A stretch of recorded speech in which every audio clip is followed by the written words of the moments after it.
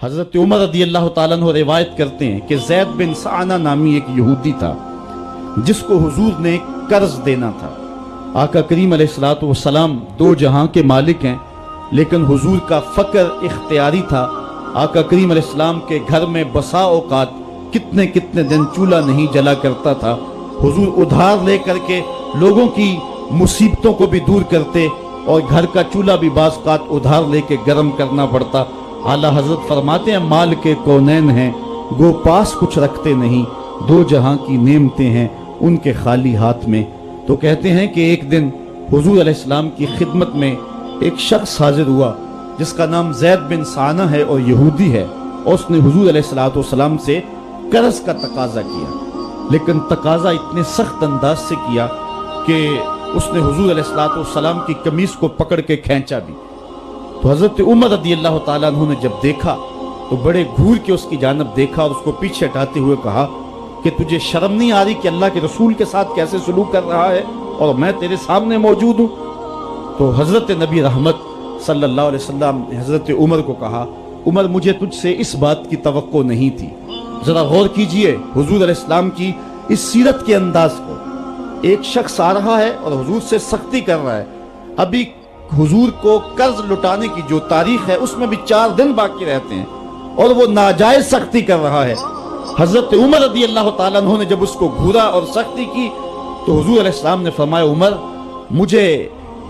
تیرے سے اس بات کی توقع نہیں تھی، تمہارا کام تو یہ تھا کہ مجھے حسن ادا کی تلقین کرتے کہ اچھے انداز سے قرض واپس کرو، اور اس کو جو ہے وہ نرمی کی تلقین کرتے، اور پھر آقا کریم علیہ السلام نے فرمایا اس کا قرض ادا کر دو، اور اے عمر جو تم نے اس کو گھورا ہے اس کے بدلے میں 20 وسق زیادہ کھجوریں بھی تم اس کو دو گے۔ تو زید بن سعنہ نے جب حضور علیہ السلام کی اس سیرت اور اس کردار کو دیکھا، اور حضرت عمر رضی اللہ تعالیٰ عنہ 20 وسق اس کو کھجوریں دے رہے تھے، تو اس نے حضرت عمر کو بتایا کہ میں یہودی ہوں اور میں نے تورات کے اندر نبی آخر الزمان کی شان اور عظمتوں کے بیان کو پڑھا ہے، یہ بات ابھی رہ گئی تھی، باقی ساری نشانیاں میں نے حضور میں دیکھ لی تھی، اب یہ نشانی رہ گئی تھی، آج میں نے یہ بھی دیکھ لی۔ اور پھر وہ حضور کی خدمت میں حاضر ہو کر اسلام کے دائرے میں داخل ہو کر حضور کا حضرت معاذ بن جبل رضی اللہ تعالیٰ عنہ فرماتے ہیں کہ ایک دن حضور گلی سے گزر رہے تھے اور میں ایک جانور کی کھال اتار رہا تھا، اور مجھے کھال اتارنے کا طریقہ نہیں تھا، مجبوراً مجھے کھال اتارنا پڑی۔ تو حضور گزرے تو مجھے دیکھا کہ معاذ بن جبل کو کھال اتارنا نہیں آ رہی، تو حضور رک گئے اور آقا کریم نے فرمایا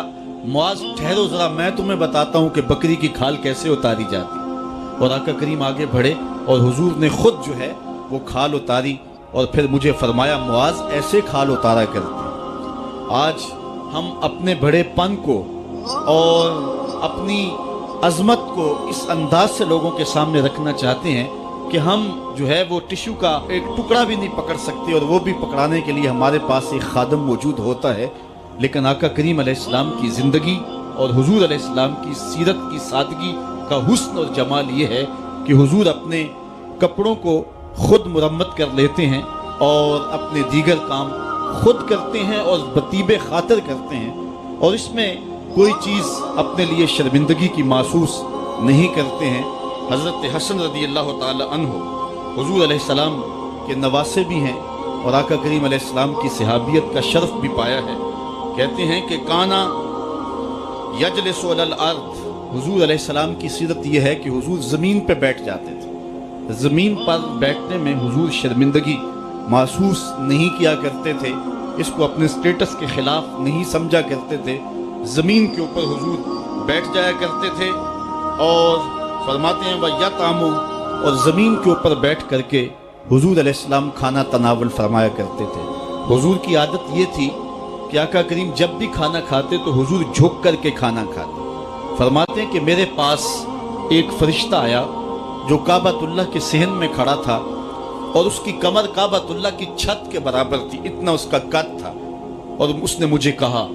کہ آپ اگر چاہیں تو آپ کو نبی